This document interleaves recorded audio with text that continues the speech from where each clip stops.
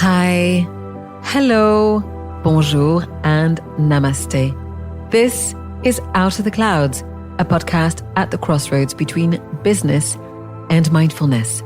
And I'm your host, Anne Mulatala. So today, my guest is Siddha Jain. Siddha is the Chief Business Officer for a company called Bombay, which is the women's side of the Bombay Shaving Company. Siddha is a very savvy and creative business executive, and I was delighted to be introduced to her. So we have a very wide-ranging conversation. For those of you who are regular listeners of the podcast, I assume that you're by now familiar with the format.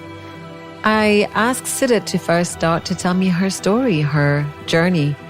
And she shared some intriguing things, like, for example, how she always wanted to prove herself, and also how she made very few active choices in her life. She also tells me about her love of dance, her passion for organizing events, which, let's say, were her favorite extracurricular activities, while she pursued, let's say, a very straight and narrow trajectory in terms of her career, first becoming an engineer and then gaining her MBA. Siddha is a woman in an executive position.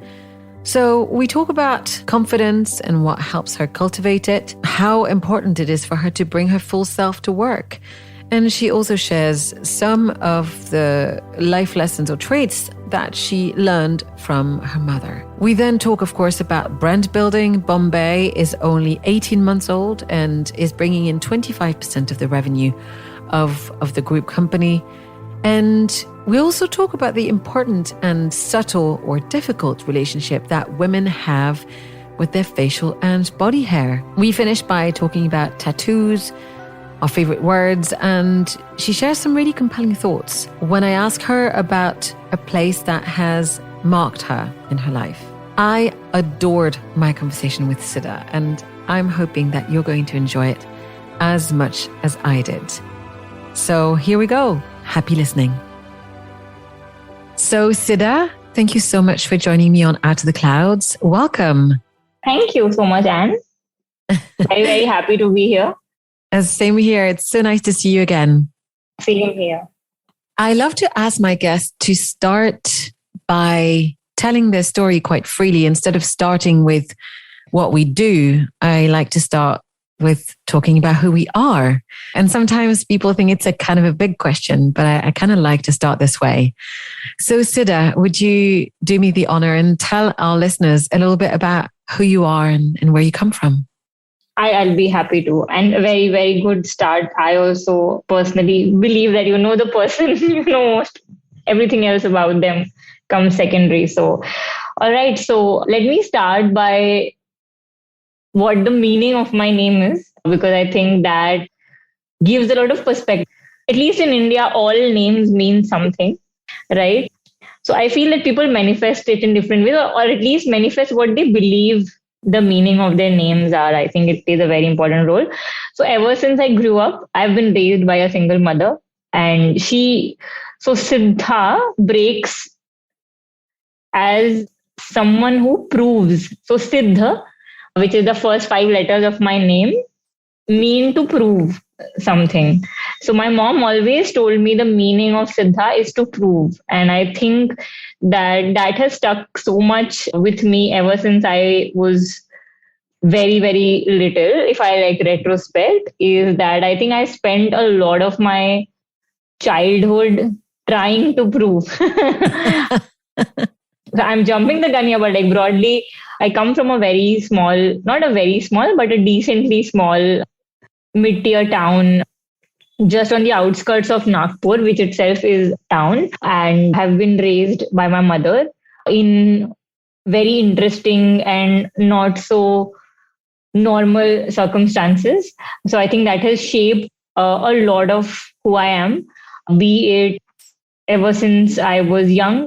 I realized that the ability to get out of poverty or to get out of limited means was to be well educated, to create a life that is a little more elevated from we were at currently, were to work hard and to, go up the Maslow's pyramid. So would have gone from the basic, the bottom layer, which is food, shelter, clothing, to the next level literally means step change, right? So I think I'll spend a lot of my childhood in purely immersing myself in education, in finding ways to educate myself. I love that you started with your name because you're right, actually, thinking about the fact that you started as a little girl, thinking that you had to prove that you could do things. It's kind of a big deal. So, what did you choose to study? What path did you follow for yourself? Yeah. So, and that's a very interesting question. I would like to say that I have not made active choices for the longest time in my life. I forgot you told me that the first time we talked. Yeah. And I'd like you to explain this to our listeners. That's so interesting. So, a lot of the only active choice I made was to prove. I think that's the only active choice I made. I love it. So whatever is handed to me, I will try to prove that I can do the best. Not to the outside world or anyone, but like just to myself and maybe to my mother, that yes, I could do this and we could do this. In India, most of at least middle class people, lower middle class people, the aspiration to, go to the next level always is okay, get like study well. Now it's like really changed. But when I was growing up, there were like, 2, 3 big jobs that could be a sure shot. Okay.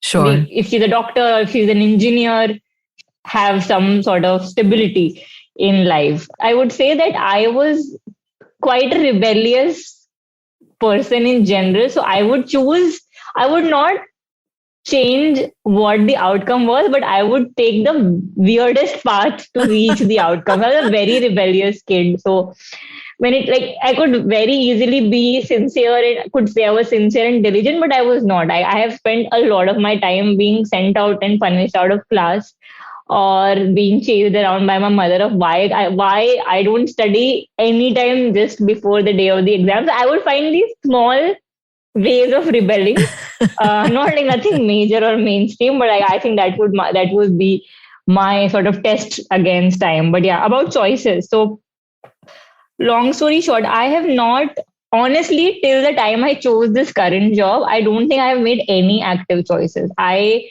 truly believe that the universe conspires in my favor, and what I have chosen is to make the most out of the situation that most people say is the right thing to do, and I've done it. Now, finally, 30, when I turned 30, I realized, okay, this is high time that I've made a more active choice. Congrats. So I did make it, but a lot of the previous choices were very typical.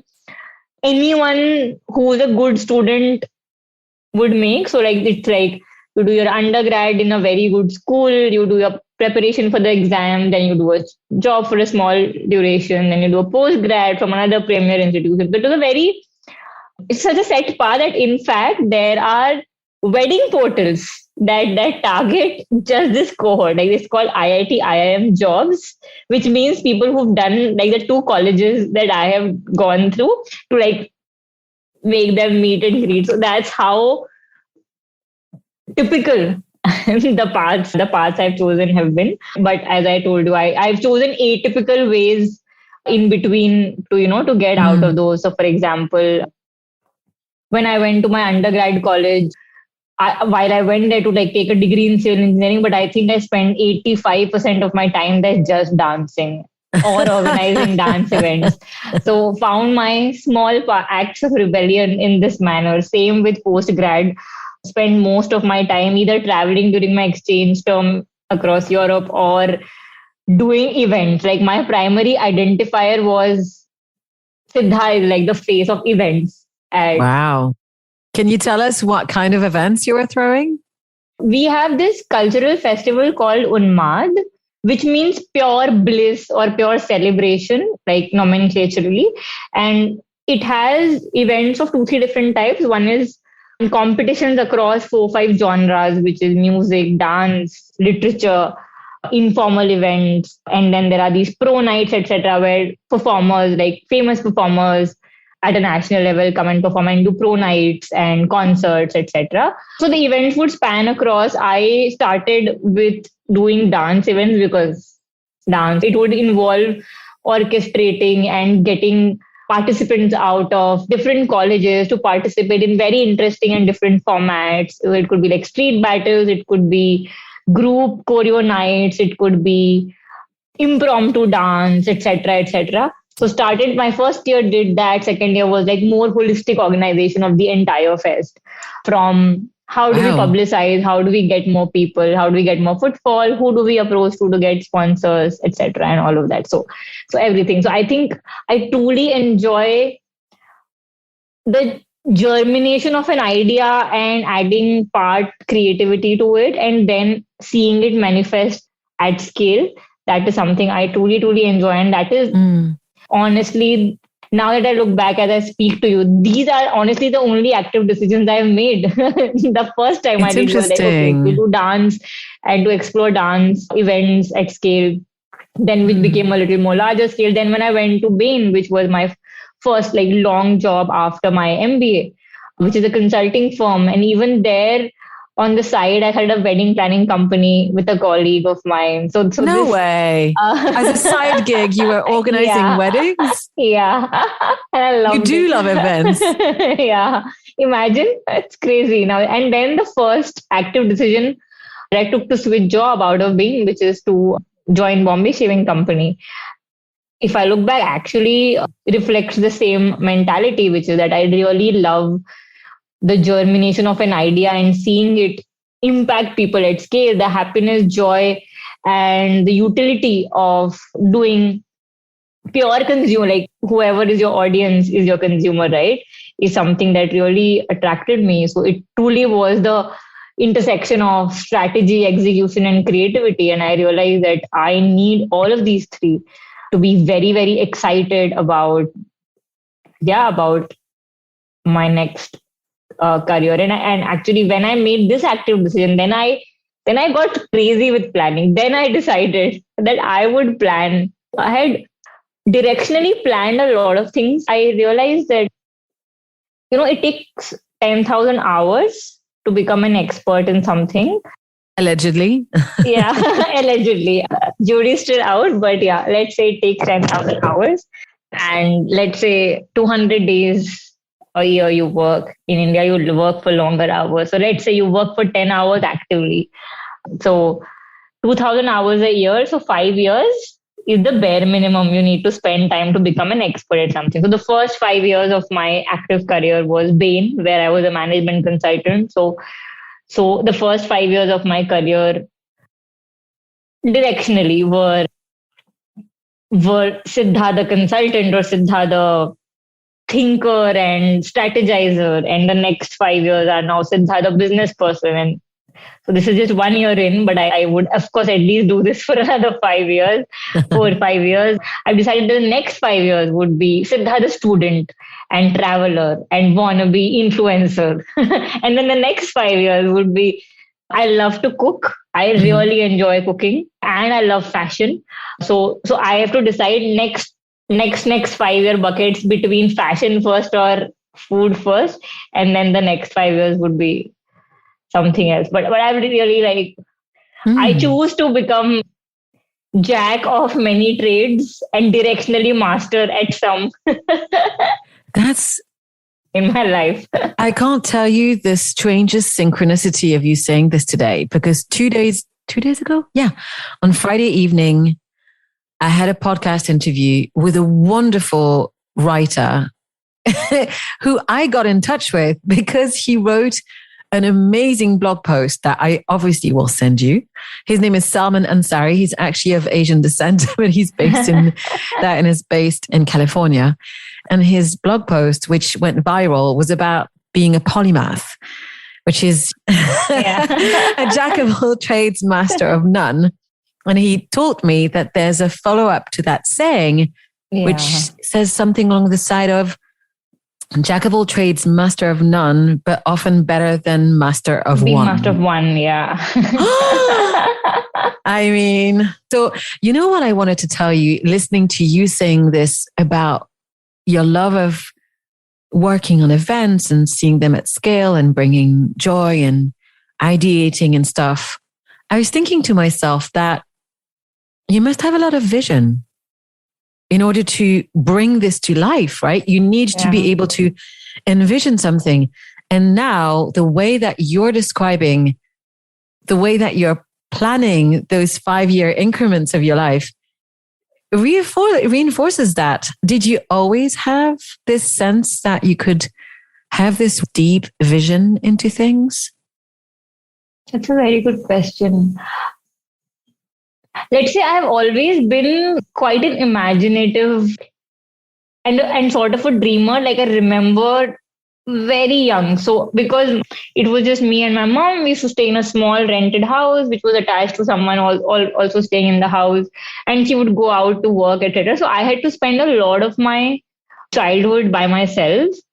So I do remember vaguely of doing very random things. Like for example, I would drape her. There's a drape outfit called sari from India, which is literally like a long cloth that you drape, right? So I remember, like that's my earliest memory of having a vision. So I remember I like draped it very randomly to make like a long dress, and then I would walk and I would look at the mirror and I would like speak about my acceptance speech of, let's say, Miss India or Miss World, etc. So I realized that the dreaminess comes from a long time back. But jokes aside, I think for the longest time, I was able to see visions manifest at low to medium scale. In, let's say, first you do a event locally, then you do it at a city level or at a national level, etc. And I started realizing that not like everything takes an army of people to do, right? It takes hundreds and 200s of people to make a 2-day event a reality. And what I realized is earlier I used to really undermine my ability to mobilize teams and crowds. I used to think that probably not be able to I would be able to create like small task forces and get, those small task forces going. But I think the first time I realized the impact I can have like on a scale team of like a 40, 50 or 100 people was when it was 2-3 days before an event at IMB, my postgraduate institution, where I did my MBA. 2 days before an event, you can either feel completely prepared or completely overwhelmed. There's no midway. Right. So I think we were on the overwhelmed side of things, and we were really, it was like, we need to pull 72 hours in the next 48 hours to make this happen. And I think I gave sort of a war cry speech, which I didn't know I had the capacity and potential of giving. And it was like part emotional, part passionate. I think that is the first time it actively hit me that a vision is nothing without its execution, right? And the distance between the vision to execution is purely like, let's say, like, vision is the top of the Mount Everest and you're at base camp.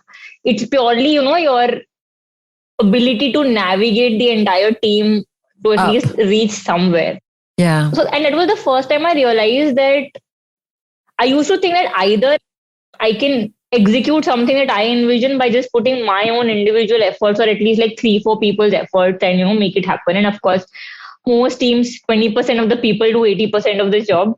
So I realized that two things that I subconsciously did. One is identify and develop deep relationships with these 20% people.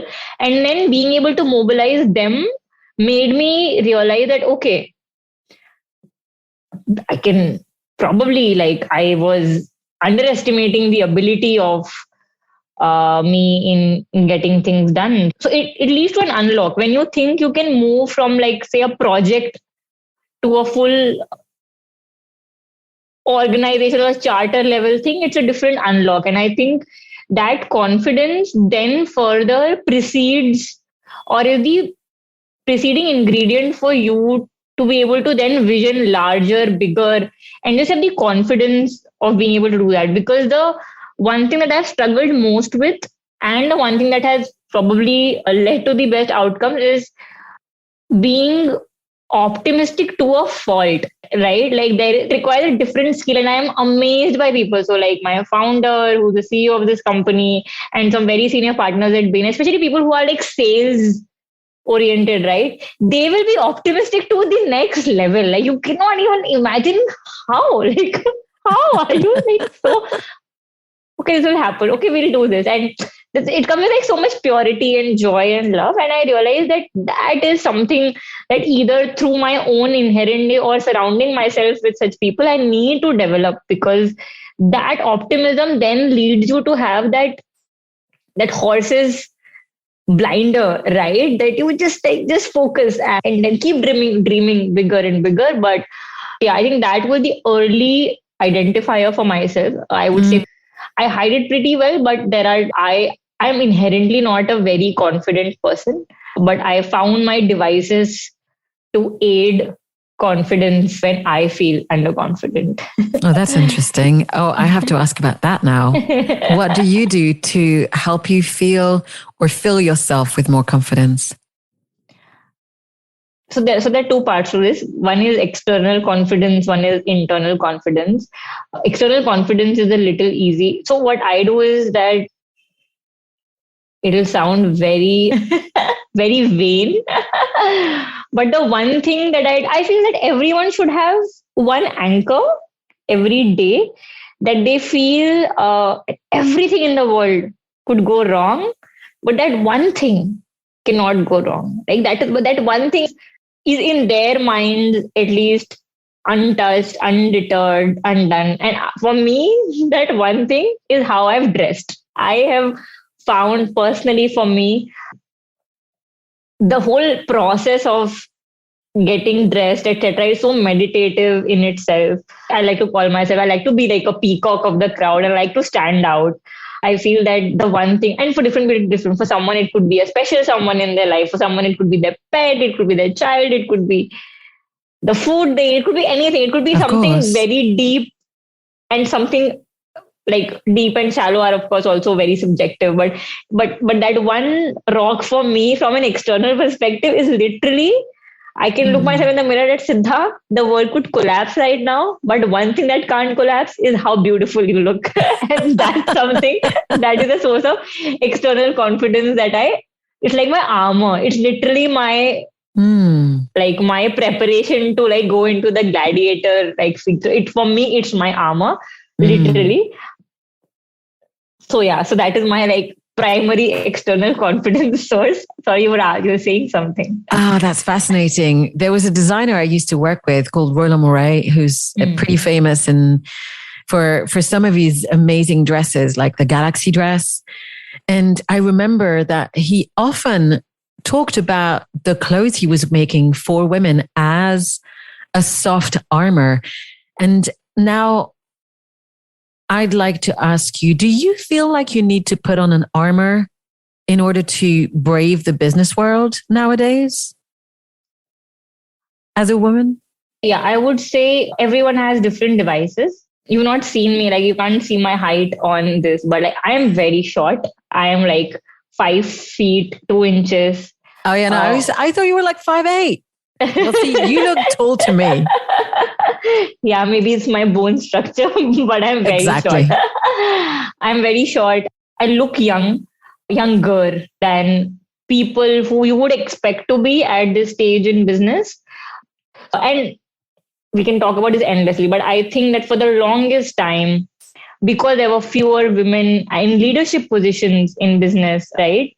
They had a lot of male mentors. So a lot of the looking up to that they needed to or had to do was to conform to the way they were, right? So even like if you see a lot of the first generation or the second generation CXOs, CEOs who are women would have very similar haircuts, will have a specific type of baritone. So I feel that there was a certain amount of compromise, or I don't know, maybe it was their choice, but there was a certain impact of the environment or the setting that they were working around, and they had to conform, or they had to to be like a part of the table, to have a voice at the table, might have had to make some maybe subconscious tweaks. And that is something that I have promised myself I would never do. Like, I would never chop my hair to save time. Like, apart from saving time, but like to be taken more seriously. Like, I would never want to change my personality to sort of, to be able To to fit fit in. into that definition of this is what a businesswoman or the leader of a business looks like, sounds like. So I go the extreme other way. I would dress in the confines of, what is, of course, appropriate, acceptable, and so on. But I would like always stand out. That is something that I would always do. So especially when it's like meetings with investors, etc., and all of that, I would ensure that you can't miss me. Like in a sea of blues and whites, I Yeah. would be like a purple, and I would Exactly. And for our listeners who, unlike me, can't see you right now, you have a really beautiful, beautiful shawl, or is that part of your sari, in it's a degradés of pinks, and yeah. that would definitely stand out in a sea of blue and gray and black. Yeah. So that is something that I use honestly as a device, also to express my personality, and also I actually consciously, if especially when I have bigger meetings, more impact to make, I actually think about also what I'd be wearing. I totally don't understand the whole philosophy of only dressing in like a particular color to save time. I feel that there should be some joy. And for everyone, there's a different joy. I So maybe for them, know. it's food, for someone, it's someone. But I feel like colors and self expression are so important, especially like I am designing for the woman consumer. Like I am designing products and making scale happen for the woman consumer. So I should be as colorful, bold, badass as the woman consumer, right? So I need to, Yeah.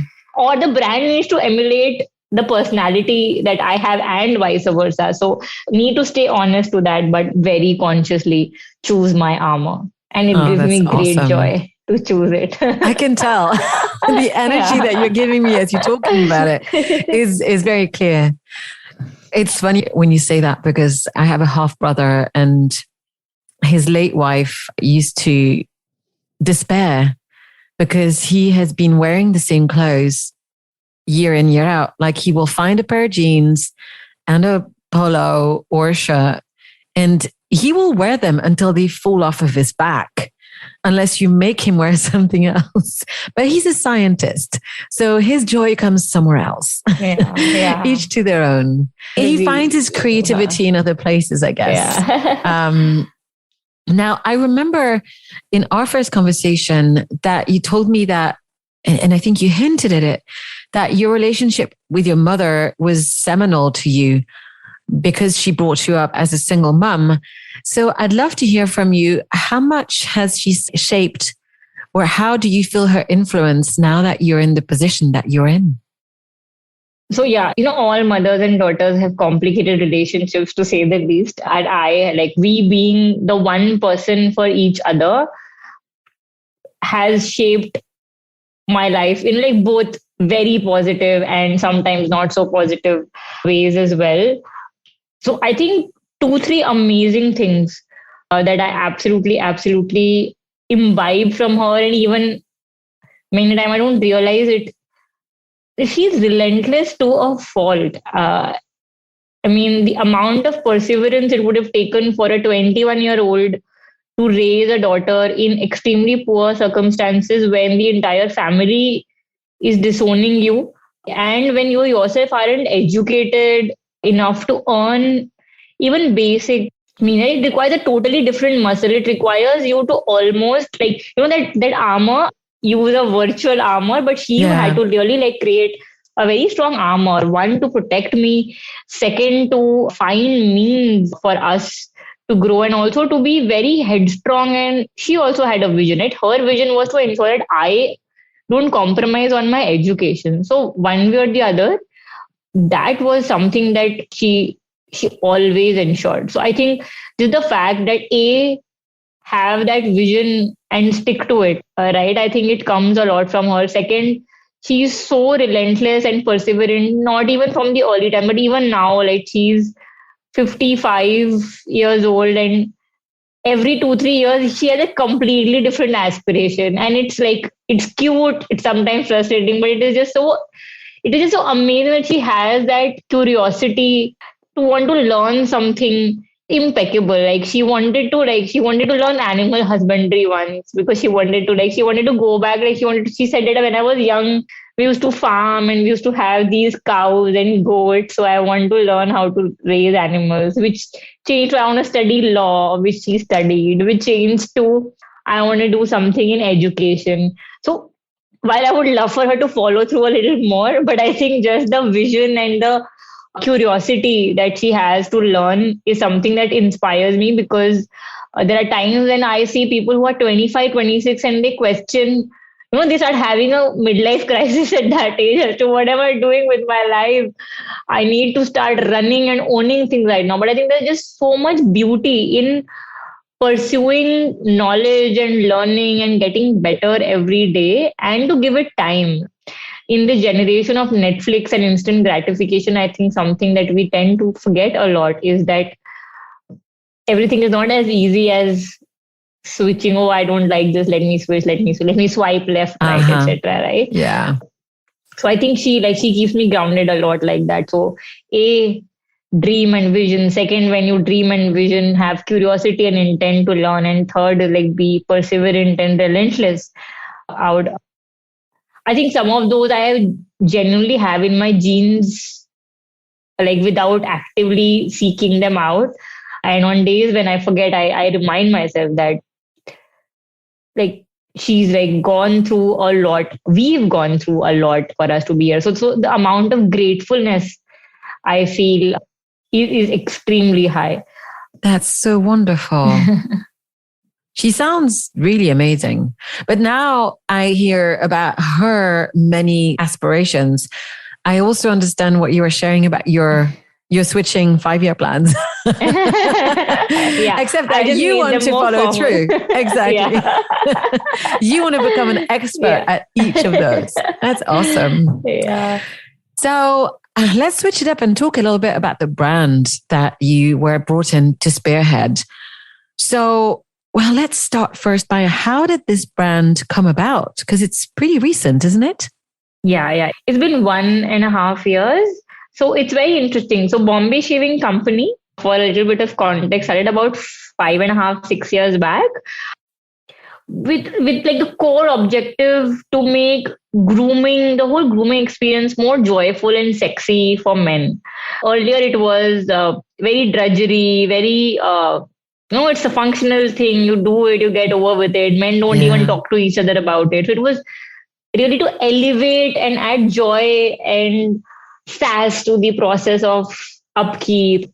Especially, the world is changing. Now it's not. So earlier, a lot of the onus, if I have to be very crass about it, a lot of the onus of looking good in India was on women, right? That was in a way an input factor into how well off you would marry to, how stable a family you would get, and the onus of getting financially stable was on the guy. But as more and more women enter into the workforce, more and more general equality of education comes about, then jobs start becoming equal, women start being more financially independent. So they're not marrying primarily to gain stability, but they are marrying more out of choice and out of sheer willingness to share a life with that person, at least directionally, right? Of course. So then you have to up your game. Then you can't just be, So I work hard, I can have a punch.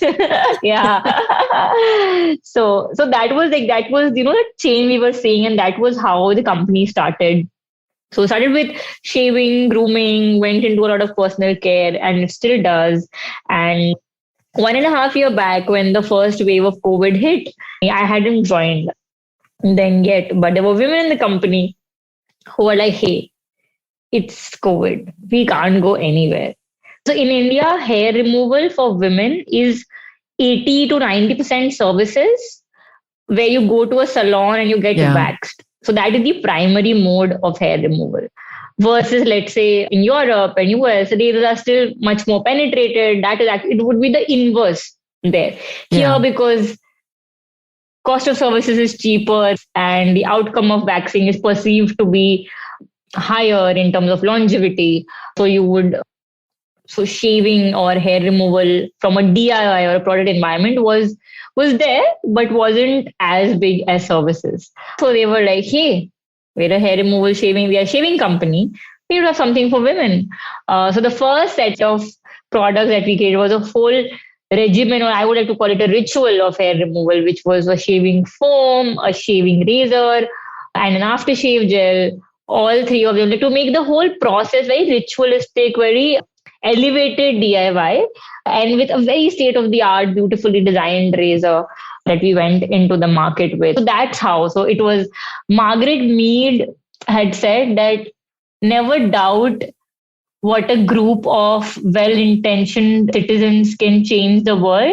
Indeed, it is the only thing that can. I think that truly holds true for this example because, yeah, so it started there, and what started as just an offshoot.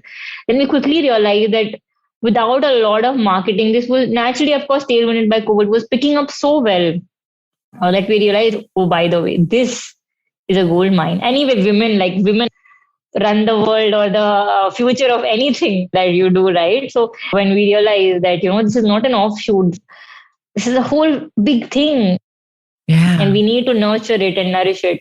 That's where I came in, and then we started to make it a separate brand and give it a whole new identity, and of course create a whole longer range of products to satisfy this identity. So yeah, that's how the inception or the origin story went about.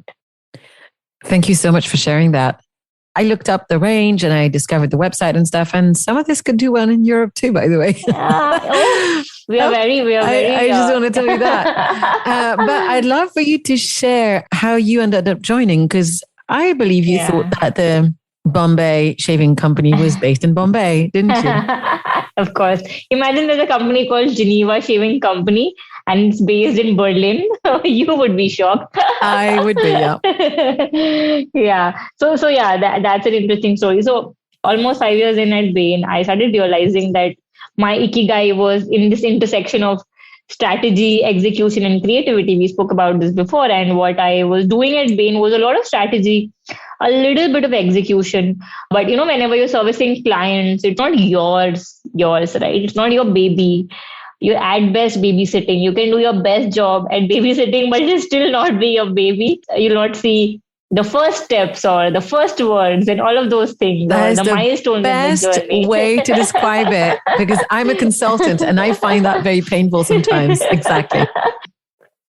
So yeah, so that was weighing on me for some time, and I just laid the thoughts of, hey, I want to leave out in the universe. That's the best I had done, and like verbally told a few of my team members who were my juniors and were very close to me. So one of them he took this responsibility of helping find me a job, very to the heart. So he would very actively keep sending me, hey, this is coming. It was very hip and well entrenched into the investor community and LinkedIn, etc. So he used to do a lot of this, and I'm very, very thankful to him. His name is Kaushik, and 3-4 times he'd send me something. I had looked past it out of either being busy or feeling that this doesn't seem to match, etc. But I hadn't really actively paid attention. But then one day he sent me a LinkedIn post, and it was different, right? Because before this, I was getting these job descriptions and these PDFs. And this was a very crisp LinkedIn post with 5 bullet points. And he said, hey, this description of the person that he's looking for sounds exactly like you. Awesome. And then I read it and I was like, oh my God, yes. They had took my essence and written it down. It was almost like destiny. And I was like, okay, 2 things. One, this Kaushik is making a lot of effort for me. I should at least make the effort of going on a date. It's like all of your friends are trying to set you up and you're not even have the audacity or the gratitude to at least go on one of those dates that they've set up for you. I'm like, okay, worth going on a date.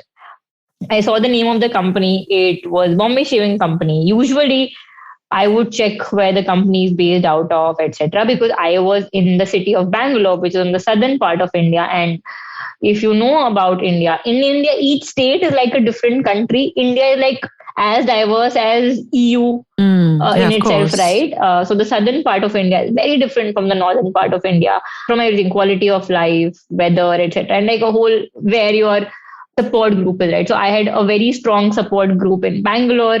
I had not thought that I would leave the city at all, but because the name had Bombay, Bombay is where I did my undergrad, and that was my like one of my second first home, because I was in Nagpur, my hometown, for 17 years, and the first plunge out of Nagpur for my undergrad college was Ah, in Bombay. So it mhm. had some sense of attachment to it. So I was like, of course, worth exploring. A conversation can go on a date, even if it doesn't become a serious thing, but maybe a one night stand. Who knows, right? So like that is what I thought. So I had the first conversation. It was amazing. Towards the fag end of the conversation, he tells me that we're based in Delhi, and I was like, oh my god, I hate Delhi. Like I don't use the word hate for anything. Like, and I'm a very kind person. I'm very choice about my use of the word hate. I never use it for anything. But I really did hate the city for a lot of reasons. I won't go into that.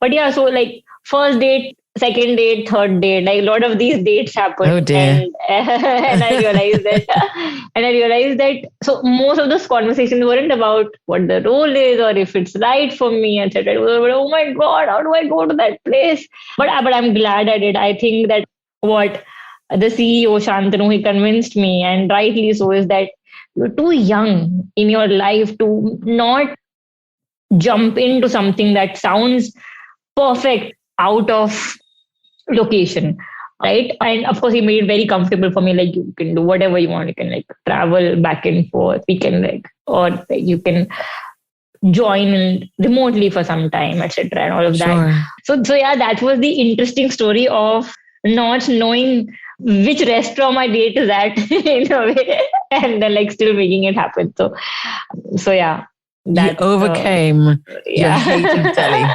It's kind of yeah. phenomenal. Hmm. Now, I read a little bit, there were a few articles that I saw on you and a couple of really lovely interviews that you've given. And I remember you telling me prior to today's conversation that you had a lot of fun and you felt like a lot of commitment towards shaping culture, even when you were at Bain, and that creating links between people was really important. And I read that even though you're under the umbrella of the Bombay Shaving Company, which is obviously a men's grooming brand, you're almost entirely a by a woman for women brand. So I was wondering if you could talk to me about what it was like to support this brand's setup and work towards the culture as well as developing the product. Yeah, no, that's a very good question. Like, firstly, like we are such a well-knit company, and internally, the leadership team, the CEO, the COO, and I co-chair the what we call the people committee, which is like the well-being and culture and karma of everyone at Bombay Shaving Company, everyone, all employees. What we have in common is that we are truly people first. I think we've all come from institutions where we've witnessed that great things happen when you have the right people. So I think one is that intention. When before you do meditation or before you do yoga, you first set the intent of the practice.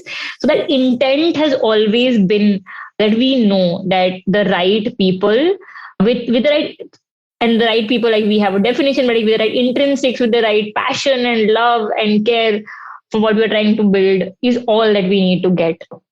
That is the basic premise and foundation of how we've identified, building blocks of the culture, and those are things that we live by across the organization, and those are the things that we actively seek in everyone we get in the company.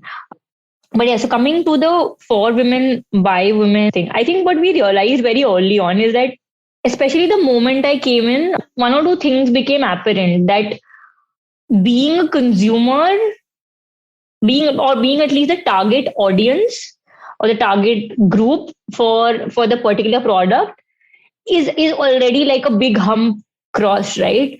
So a lot of the experiences are so personal. A woman can at best describe what a hair removal experience is like, what a period feels like, etc. Can at best describe, and at best we can create simulators for men to experience that. The daily feeling, rigmaroles, etc. of what they go through, be it hair removal, be it any life journey, is something that is very innate and fortunately or unfortunately has become a part of how we behave. Right? For example, I was talking to my CEO the other day, and he was like, actually, I realized that I don't know how it is to feel unsafe on a regular basis. And I was like, I feel unsafe like 5-10 minutes every day, at least, right? Like if I'm like walking alone in an alley, or if I'm in a lift with just one person, it's too late in the night, or if I'm waiting for my cab and it's late in the night. So I realized that these are some things that we don't even realize that we have conditioned ourselves to. But this is an example of an experience. But a lot of these cumulative experiences are something that we need to build for.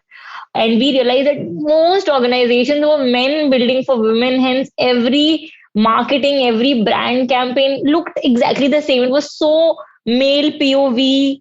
The name of the product will be like desire and all. Like, who names, like, which woman will name a product?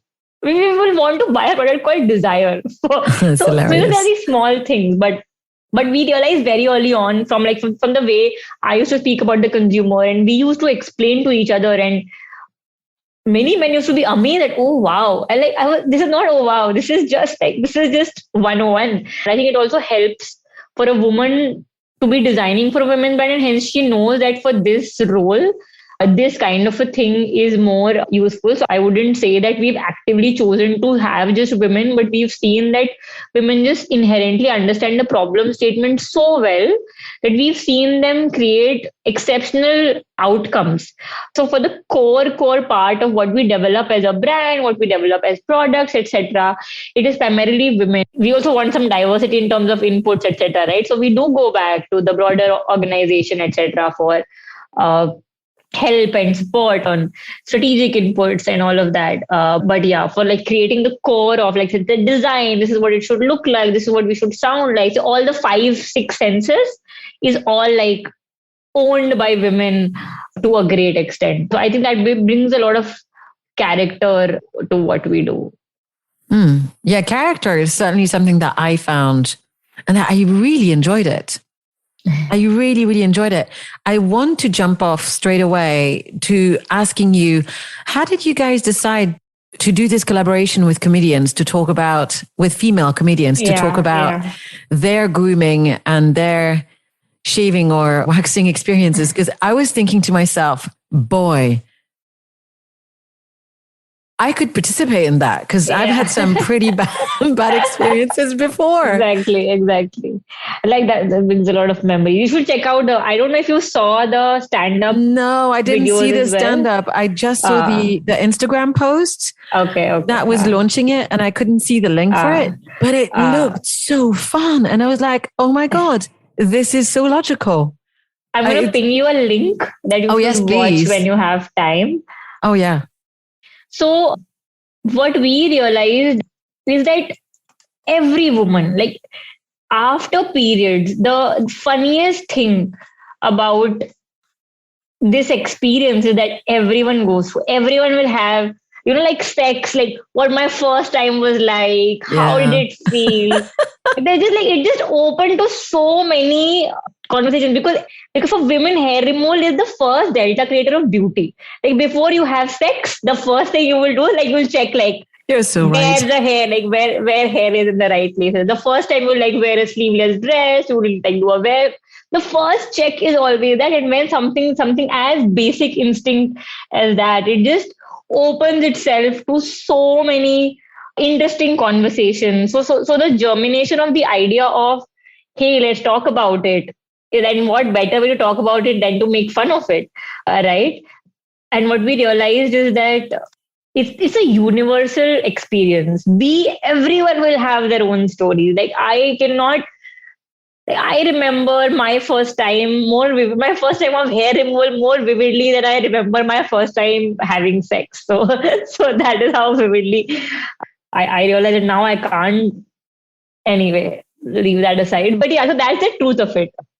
So A, interesting format. B, like everything, women stand-up comics are way underrepresented in India. So like stand-up comedy is totally picking up, but like for every 10 male stand-up comics, there would be like one woman stand-up comic, right? So we realized that there are just, and again, like there were comedy created by men that was very centered around men and their perception of their relationships with women. Some would be thoughtful, but most of them would always be around some very typical topics, etc. So we realized, hey, this is a golden opportunity to A, have a women perspective to comedy, something that women will relate to a lot more beyond just like laughing from the male POV. So bring the female POV, and then within female POV, bring some small interesting aspects of everyone's experience with grooming, and it naturally transcends to so many dirty topics. So it was like a very when you look at these videos, you'll also realize that there's so much character and uniqueness to such a universal experience as well. So our vision was and is to make stand-up comedy around grooming to sort of be like, there's a concept called Coke Studio in India where Coke does a lot of like live music, concerts, as well as shows around this. So the aim and hope is for this to scale and for us to sustain this on a regular basis. Oh, I see what you're doing. This is just you organizing events again. Yeah. Yeah, this was our first physical event. We did this in Bombay. And yeah. It sounds fantastic, honestly. I'm really looking forward to watching it. But so I want to jumping into the topic of, let's say, first marketing and content marketing. So in order to build a new brand, which by the way is incredibly successful. So I read that within a year and a half of launching, the Bombay, which is BOMBAE, so the women's side of the Bombay Shaving Company that you're the head of, is raking in 25% of the sales of the group. So kudos. Women were indeed ready and you did a great job.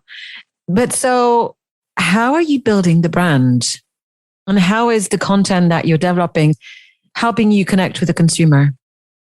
So I always define the brand as having 4 important parts: how memorable the brand is, how shoppable it is, how attractive it is, and how consumable it is. I think these are the 4 foundational parts to developing a brand. And I'll speak about each in a bit and then move into content.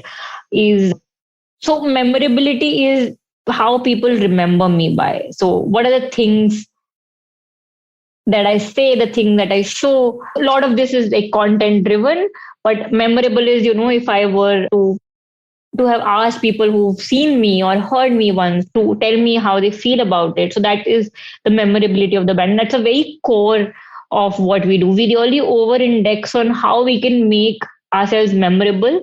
Our brand essence is to be bold and irreverent and honest.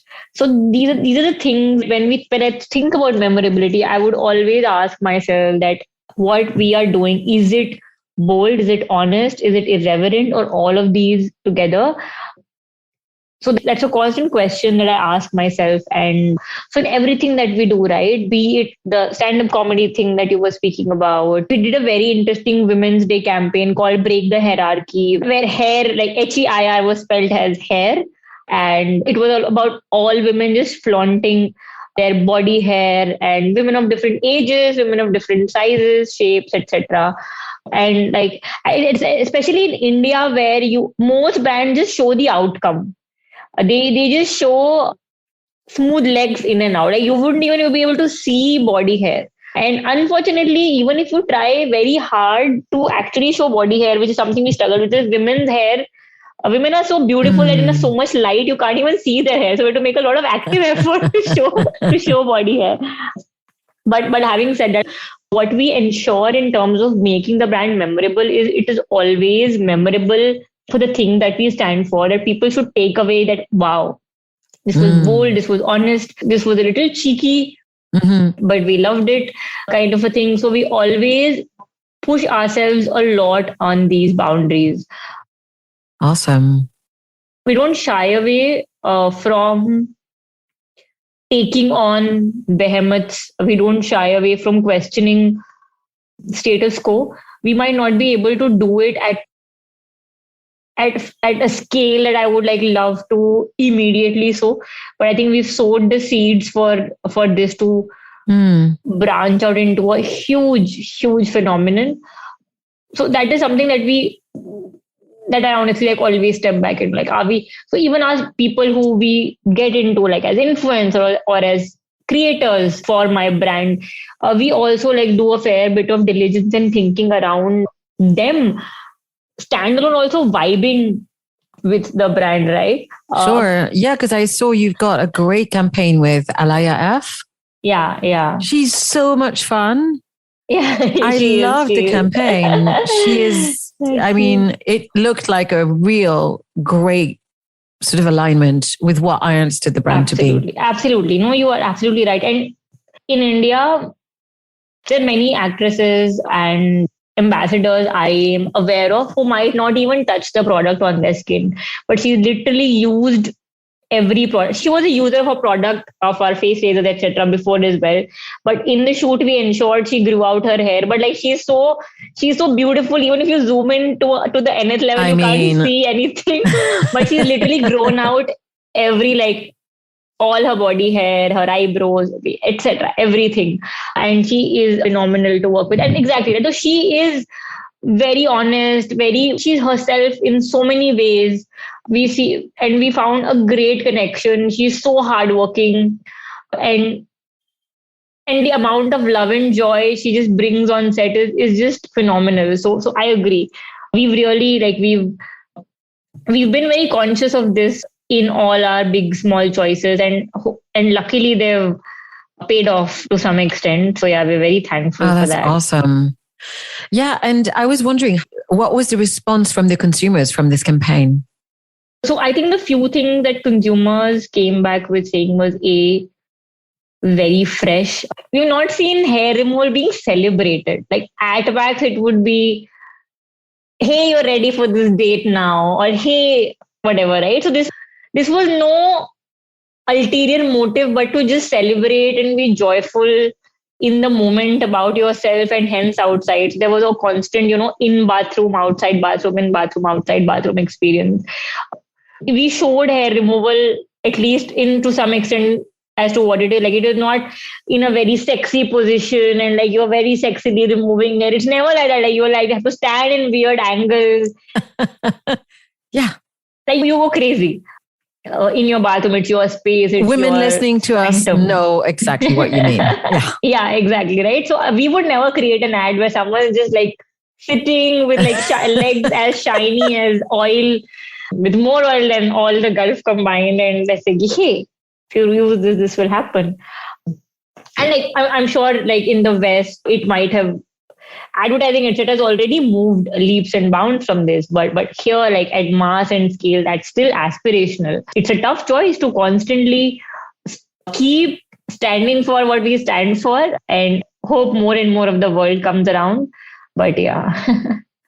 Yeah, I was thinking to myself that I know enough about, what do I know?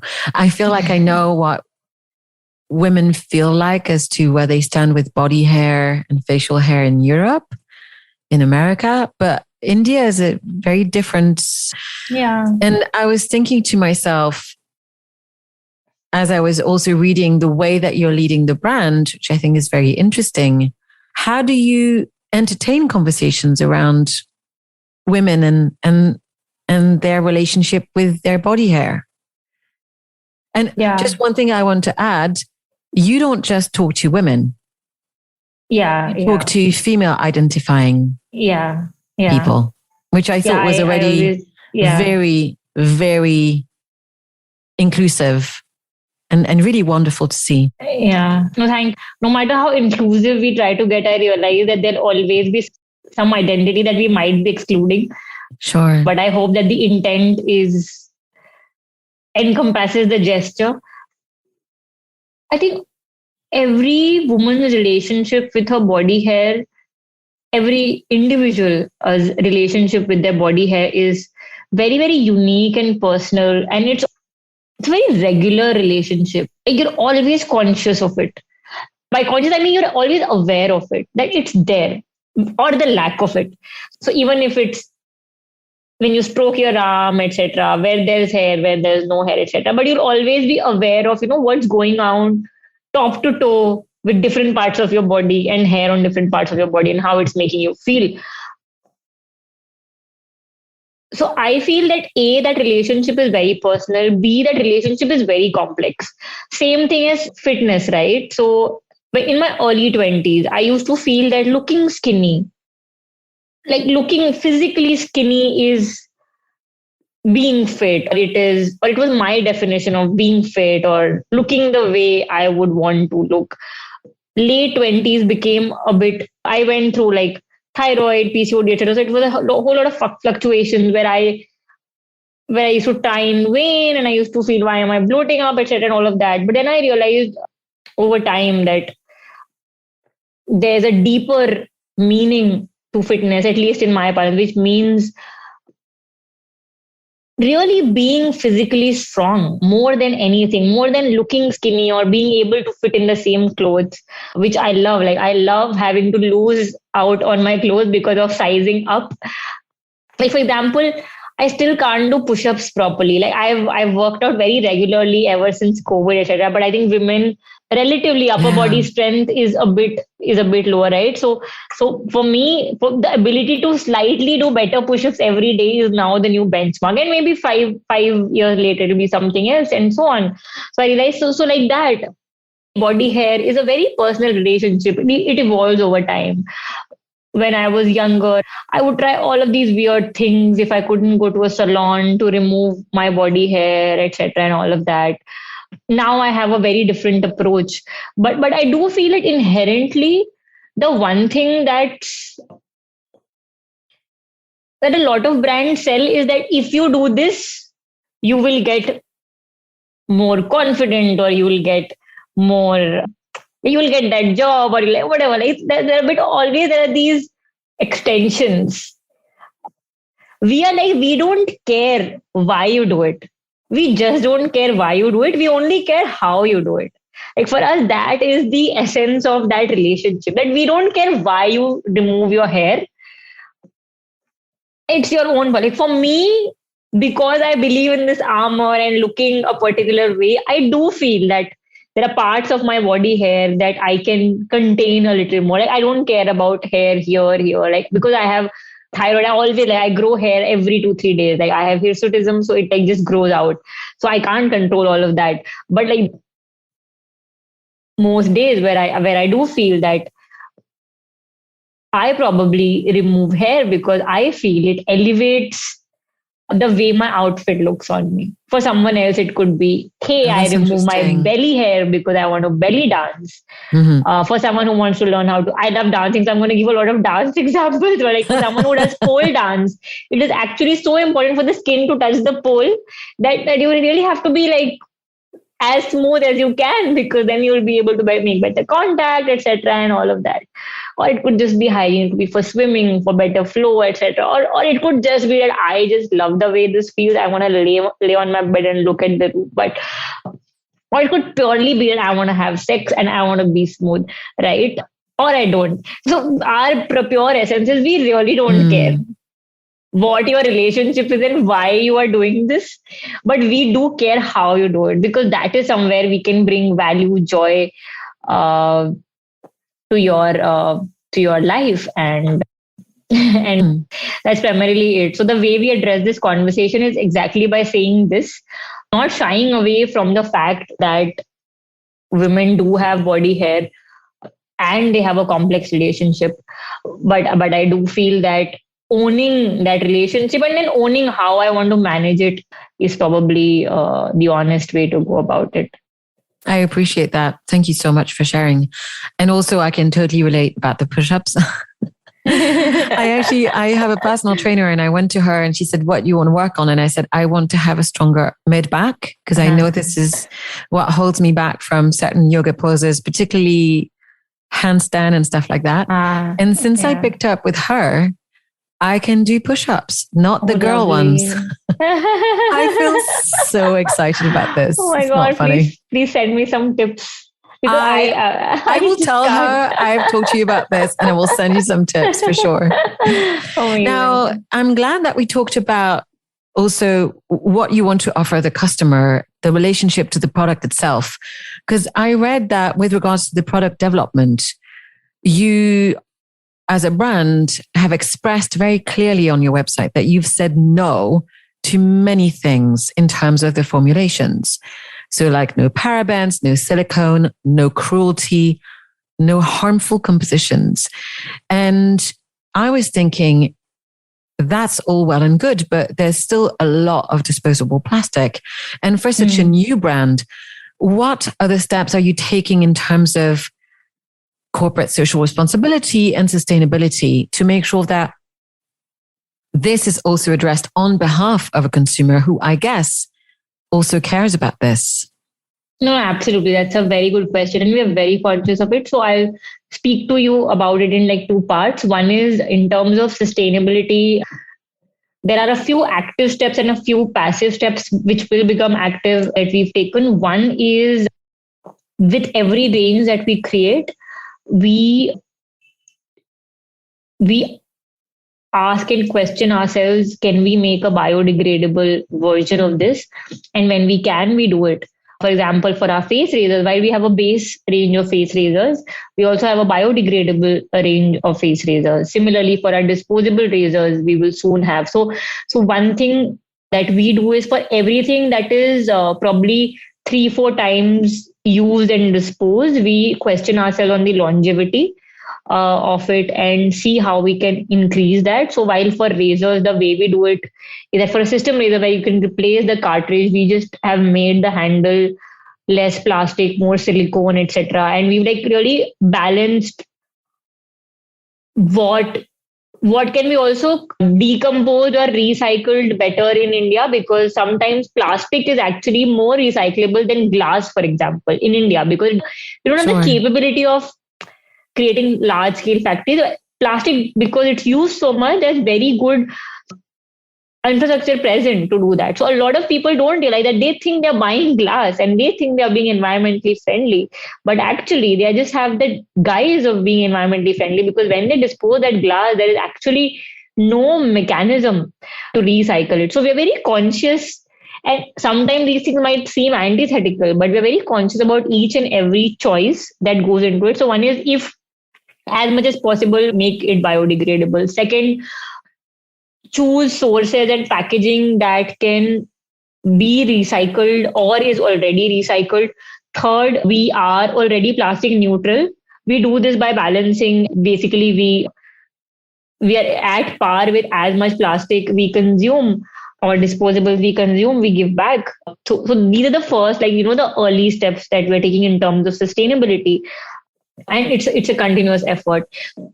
So from doing away with bubble wrap to honeycomb wrapping by paper, etc. So we take a look at each step in our process and see how we can make it. We used to do plantable cards, everything. So as much as we can from recycled, we already recycle. We try to see if that can be further made a step forward into making it like a plant. And in terms of overall purpose for the brand from a beyond profit perspective, the purpose that we have aligned to is skilling of women, and skilling beyond just education, right? Skilling of women for them to be able to get more jobs, for them to be able to get more income.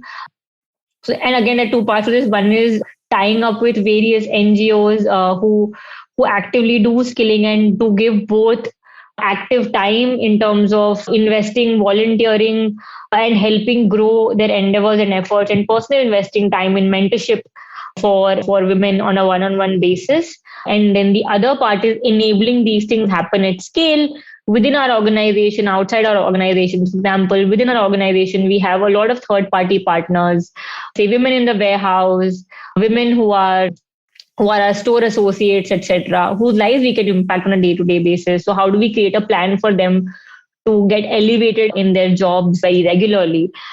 And the third thing is pure organization level. We've been the pioneers of taking a lot of women focused decisions, and something like we've started menstrual leave, where you can get a no questions asked day off during your period if it becomes unsustainable to you. And like periods are a very, again, different journey for everyone. So we have we call it timeout, and every person who menstruates is entitled to apply for that and get that in the organization. So for us, I think making women successful is the broad purpose. And then these are the different pillars that we do on a big and small scale to be able to enable that. And of course, very regular day to day, formal, informal conversations about this is what it's really about, to be able to execute and live the purpose.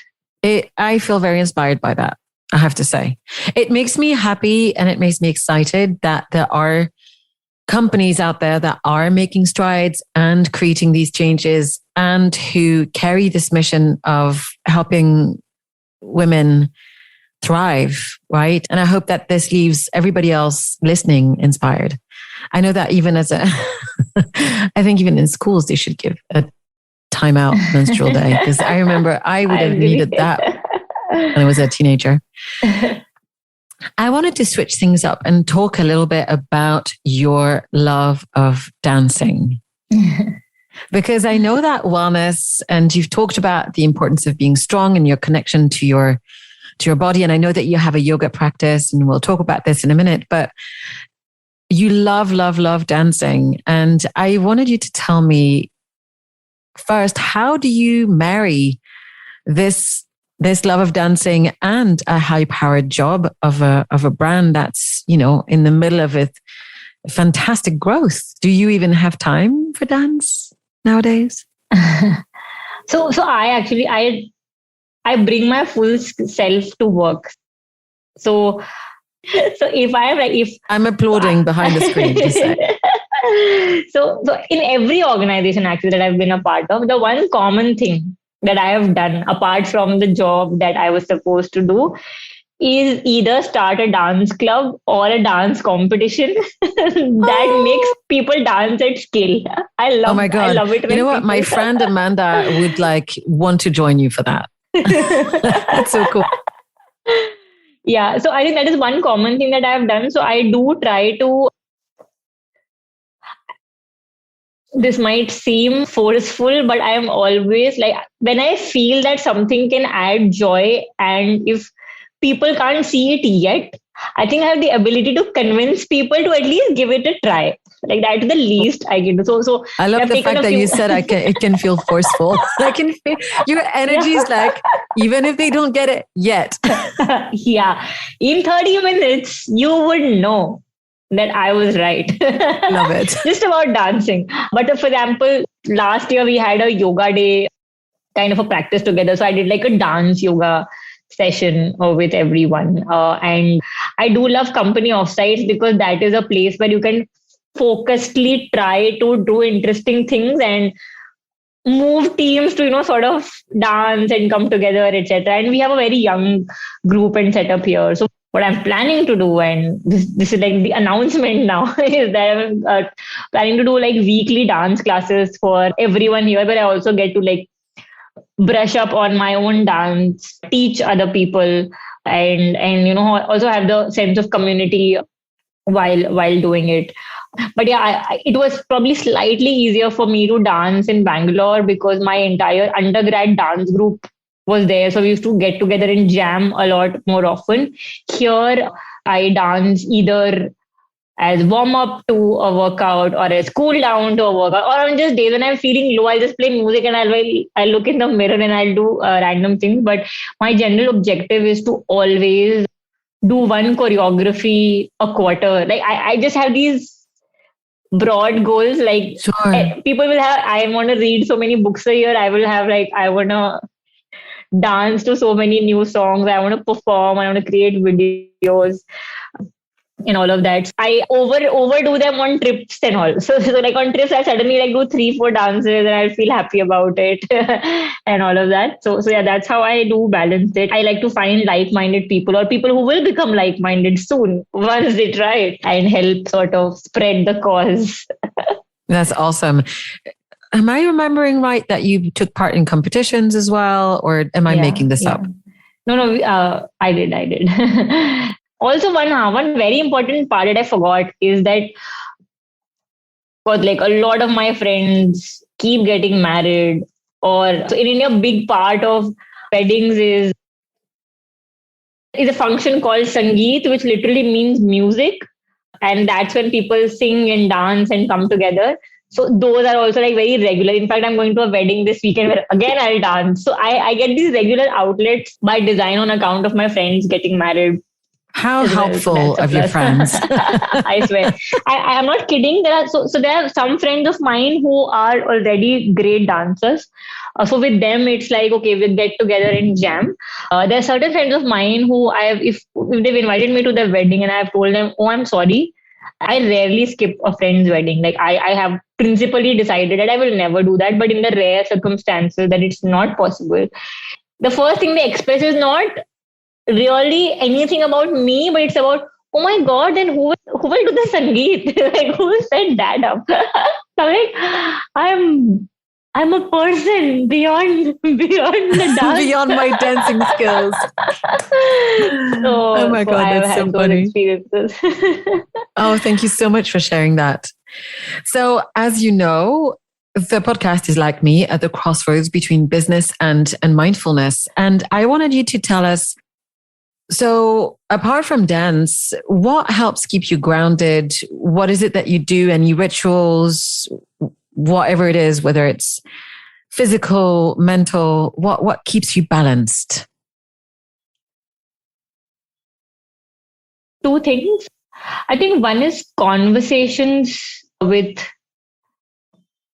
people I love, or people who shaped my life in different parts of the journey, is something that keeps me very grounded. So be it my best friend who I've grown together with, or it could be my mentors in this company or in the last company. I've been very, very lucky to have people who truly invest in me, and I think they've played such a strong in both in making me feel grounded and also in lifting me up when I'm down. Because no, because I don't know if it's because I'm a woman and I don't know what plays a bigger role, but I think women tend to be more perfectionist or more critical in terms of. I think we're just so used to multitasking ever since we've born, because like we are multitasking risks and 100 other things. So I think it's so inherent to be able to constantly switch and to be able to constantly want to ace that more often than not.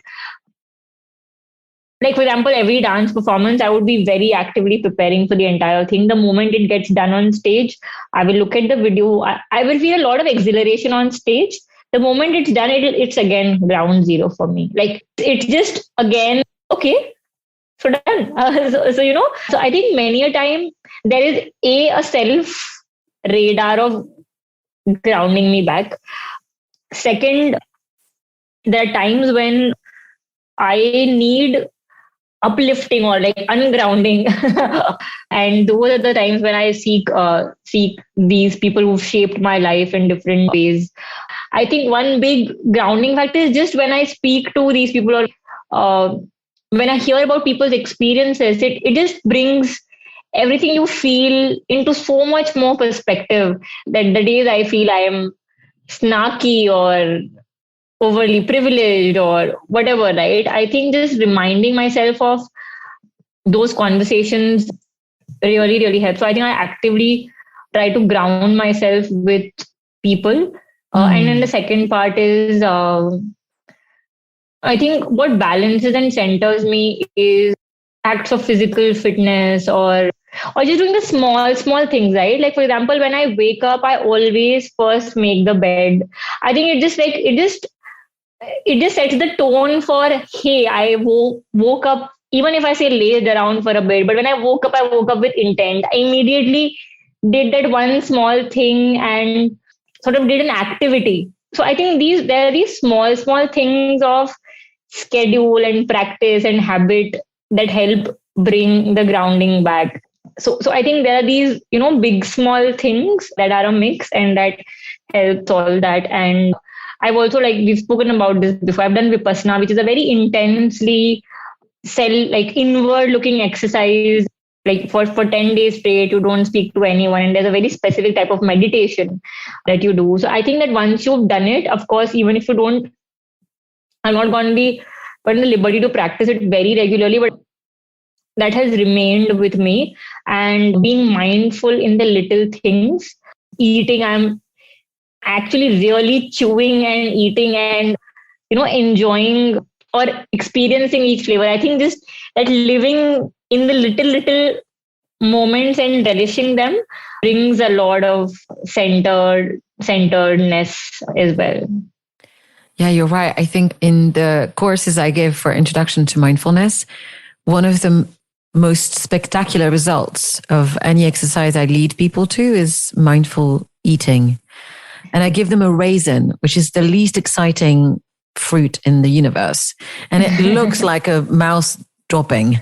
But when you eat it mindfully, suddenly there's this explosion of flavor. And it's really interesting how you can trigger yourself to reconsider the experiences that you can have via your senses when you pay attention. Yeah. We've talked already quite a lot, and I'm about to come to my closing questions. But before I get there, is there anything else that you wanted to share with our listeners? I'm very, very good. Okay, cool. Covered everything. So, what is a favorite word of yours, one that you could tattoo on yourself? And I'm not saying you have to, but a word that you can live with. I already have 2 different word tattoos on my body. The first one is at the back of my neck.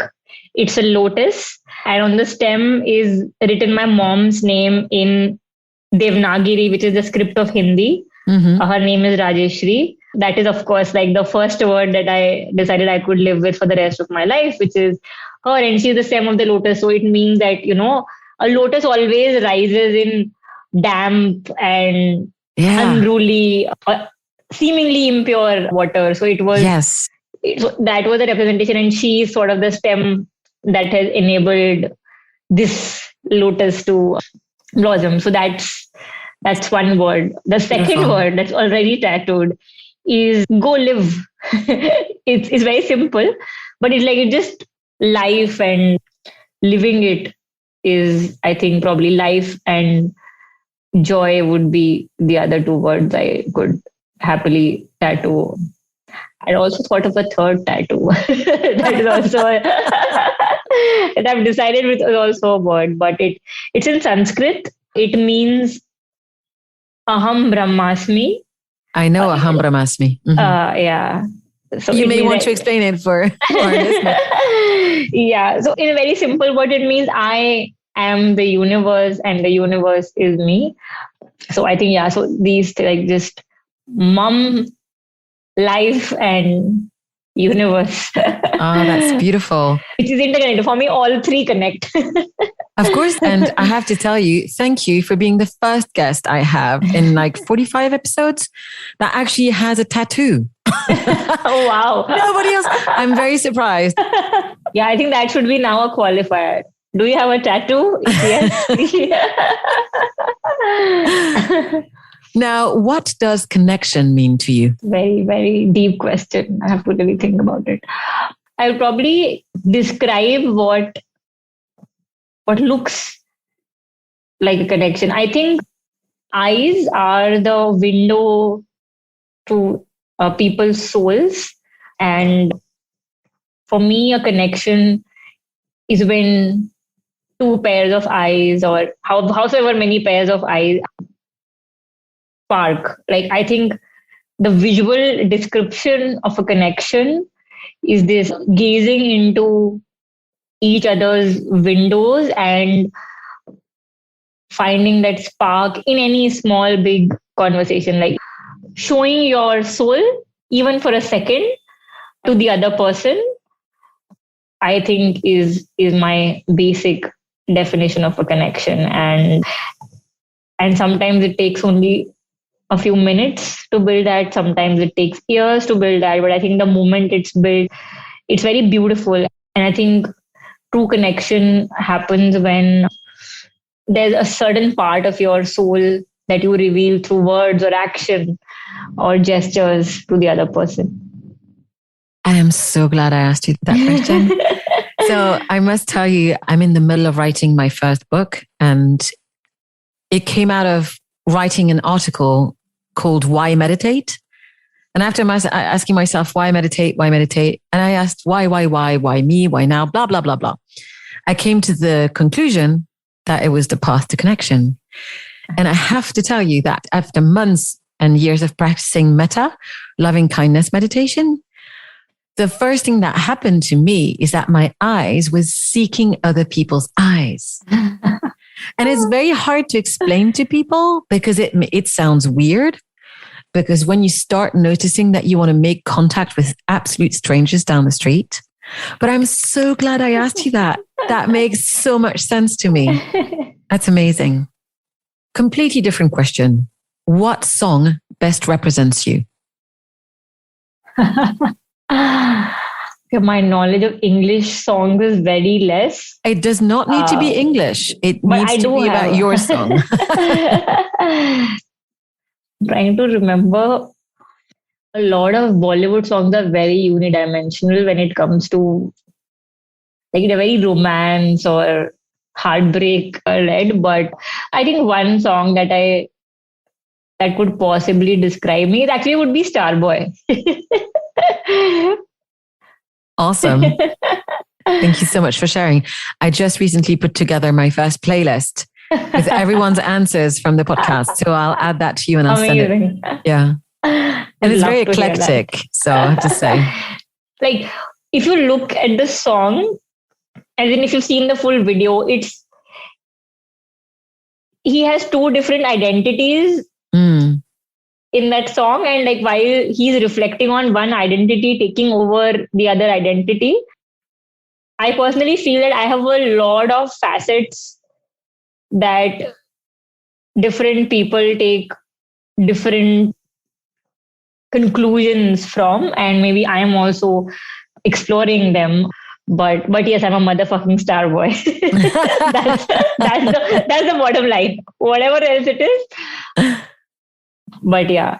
Oh, that's lovely. We shall always be the star and protagonist of our story is primarily why I think I chose this song.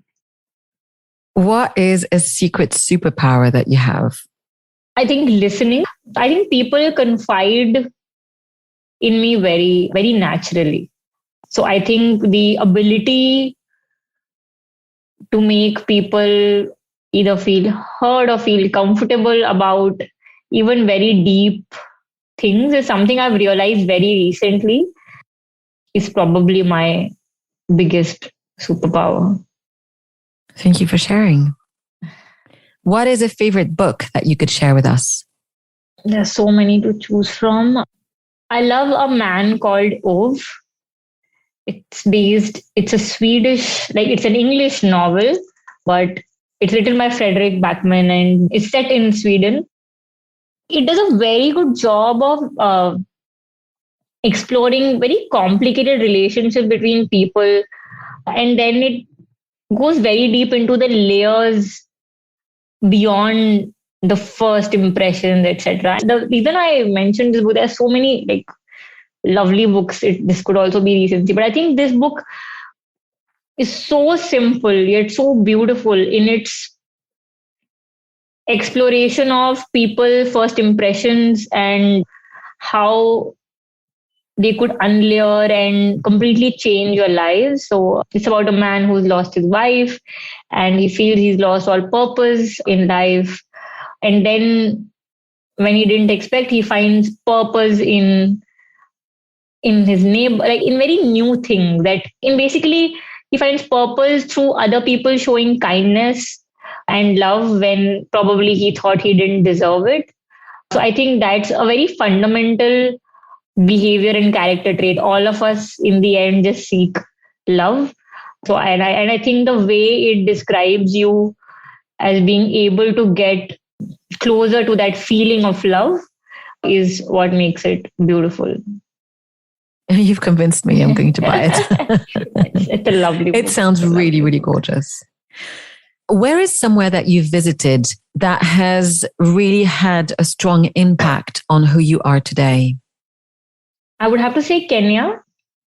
I went there for a project. I spent 3 months there.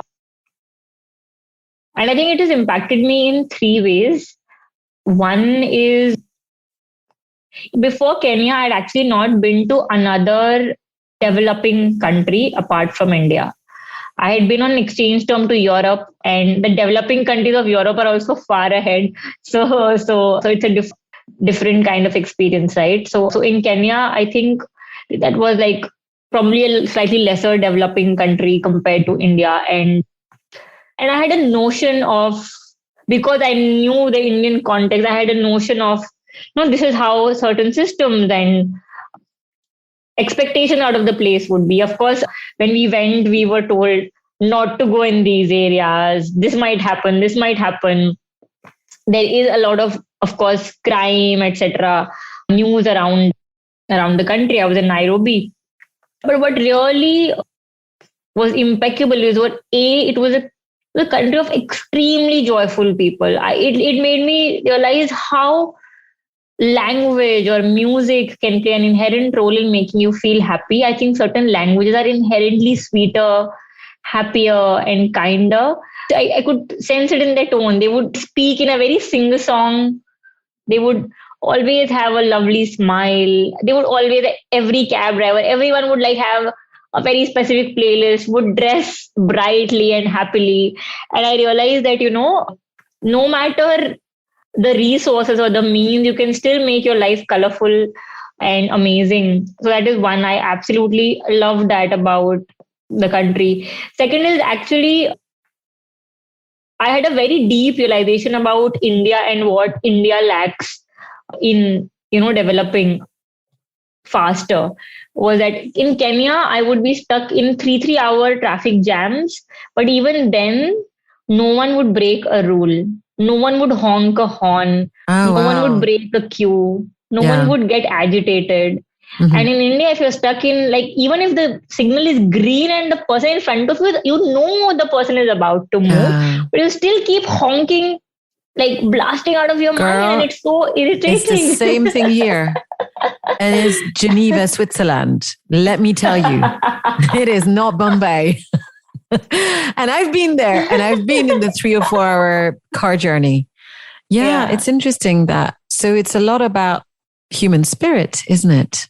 Yeah. And I also realized that, and whenever I have these trips outside, when I come back to India, I have like these deep philosophical discussions with myself. Like there will be 7-8 days where I'd be like, oh my God, why can't we do it? Why can't we not honk? And then when I contemplate very deeply, I do like a full analysis. And then I realize it all comes down to the population, the supply demand. In India, ever since we've grown up, there's been a lot of supply, very little demand. So everyone thinks that if they are not going ahead, then they're falling behind. And that has become such a inherent trait of everything, that you want to be the first in the queue, you want to be the first one to get out of traffic, you want to be the first one to like get somewhere. I mean, everyone's going there. To tell them that I'm going, like that's not what a horn is for. But I got a very deep understanding of the psyche of why at a country level people could behave in this manner. It's because for years and years there's been a scarcity of, be it job, be it demand, and there's just been so many people. Like for everything, if 1,000 jobs wipe out, 1,000 new, like 10,000 people who can apply for the job will come about, right? I think that was the second realization, is that these fundamental structures of countries get impacted by by things of this nature. Like individual choices together accumulate into like this whole thing, which it takes decades and millennia to solve. But that was the second. And the third is funny, but that was the first time I realized that there was a dry hair industry. I might seem very unaware because in India there aren't many African individuals. So I did not know the hair condition and the company that I was servicing at the time was a dry hair company which would do weaves and braids, etc. So that was the first realization that people have to go to that great an extent to conform to their definition of beauty. And I realized that there was a time when I was actually offered to like chop off my hair for like a couple $1,000, and I was like, oh my god, my hair, dear hair, I've taken you for granted. Never again. There are people and there's full continents where it's so sort of it's like how fairness is in India. Like for the longest time, everyone even now have a national inclination towards fairer skin means more beautiful, etc. It's the same thing, but it's for hair. And I was amazed at and also grateful for the simpler things like hair, which I used to take for granted. Yeah. Thank you so much for sharing. I love your philosophical analysis. Very eye-opening. And so lastly, my favorite final question, what brings you happiness? Such a deep question. This conversation has made me so deeply contemplative, and I'm so thankful to you for that. I thought about this question very recently. I think for me, happiness is being able to bring joy to people around me. It's very external, but I realized that a big part of me feels happy when I am able to play a small part in probably not the happiness, but in the day-to-day joy of other people's lives. So I think that is what brings me happiness. Thank you so much for sharing. Siddha, it was such a pleasure to talk to you. I'm thrilled that we were introduced. It was a really wonderful interview. So if people want to interact with you or get in touch, where can they find you? I think easiest would be email. I'm on LinkedIn as well. Mm-hmm. So that's probably not very active, but I've like typed out my email. But LinkedIn is also good. That's awesome. Well, thank you so much. No, thank you, Anne. I think very rarely are conversations so deeply reflective and so cathartic in their own beautiful way that it's lovely to step back and reflect on who you are as a person along with the business side of things. So thank you for such a great conversation and for making me think about things that I probably wouldn't have very actively thought about lately. So it's been lovely, and pleasure. I'm so thrilled as well. Yeah, me too. I'm really excited for everyone to find out more about you and to listen to this. I think that they'll be really inspired by your path. And I'm so excited about all of the other things you're going to be doing in the future. We are going to have to keep in touch. That's a must. Absolutely. And hopefully we'll meet one day in person. That would be such a pleasure. Yes, please. Yes, amazing. Thanks again to Siddha for being my guest on the show today. As always, you can find all of the relevant links of what was mentioned in this episode in the show notes. You can head over to the website anvmulatalo.com, or you can also just check the Simplecast website, which hosts the podcast. So friends and listeners, thank you again for joining me. And if you'd like to hear more, you can subscribe to the podcast on the platform of your choice. If you'd like to connect with me, you can do so at AnV on Twitter or Anne Mulatalo on LinkedIn, or even at _out of the clouds on Instagram, where I also share daily musings about mindfulness. You can find all of the episodes of the podcast and much more on the website anvmulatalo.com. If you don't know how to spell it, that's also in the show notes. If you would like to get some regular news, you can also sign up for my monthly newsletter. So that's it for this episode. Thank you so much for listening to Out of the Clouds. I hope that you'll join me again next time. Until then, be well, be safe, and take care.